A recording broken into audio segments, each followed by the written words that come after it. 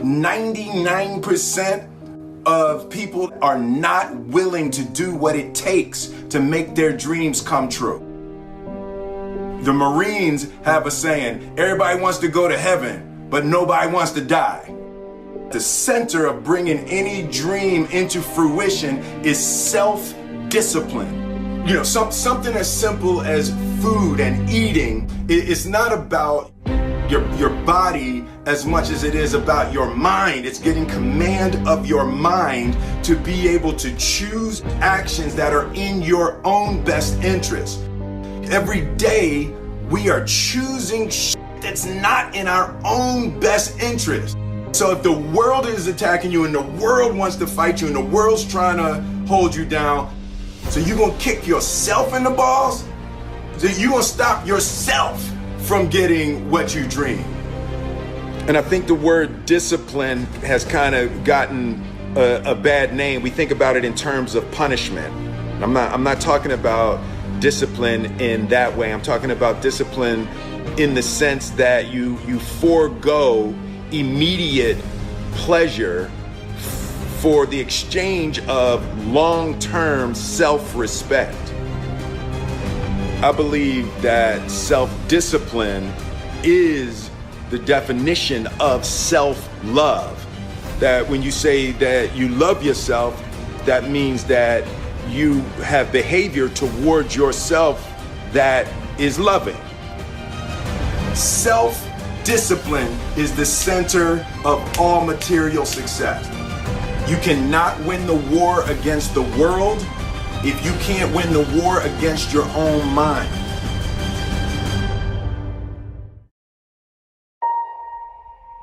Self-love is when you say to yourself, man, look, I know you and that girl got a real connection.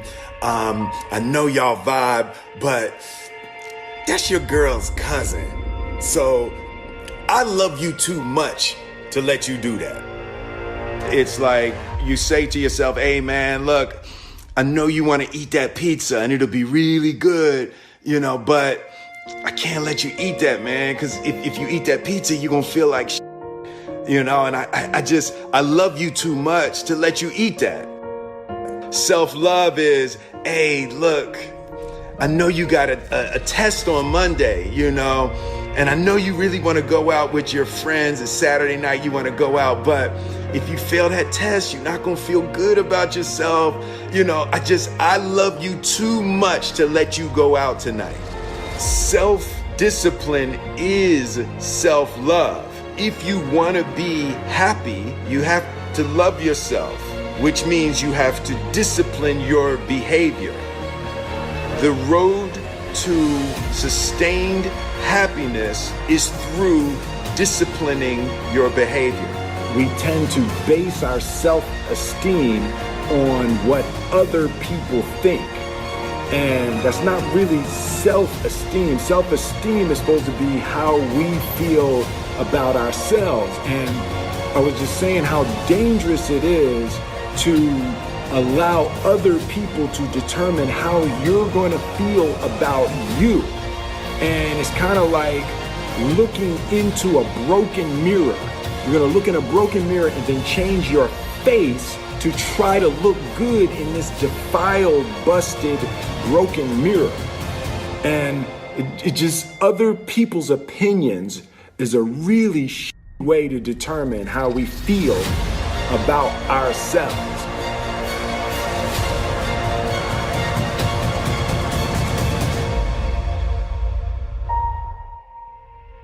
It don't matter whose fault it is that something is broken if it's your responsibility to fix it. For example, it's not somebody's fault if their father was an abusive alcoholic, but it's for damn sure their responsibility to figure out how they're going to deal with those traumas and try to make a life out of it. It's not your fault if your partner cheated and ruined your marriage, but it is for damn sure your responsibility to figure out how to take that pain and how to overcome that and build a happy life for yourself. Fault and responsibility do not go together. It sucks, but they don't. When something is somebody's fault, We want them to suffer. We want them punished. We want them to pay. We want it to be their responsibility to fix it. But that's not how it works, especially when it's your heart.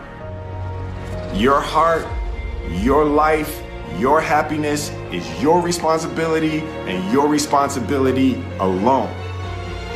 As long as we're pointing the finger and stuck in whose fault something is, we're jammed and trapped into victim mode. When you're in victim mode, you are stuck in suffering. The road to power is in taking responsibility.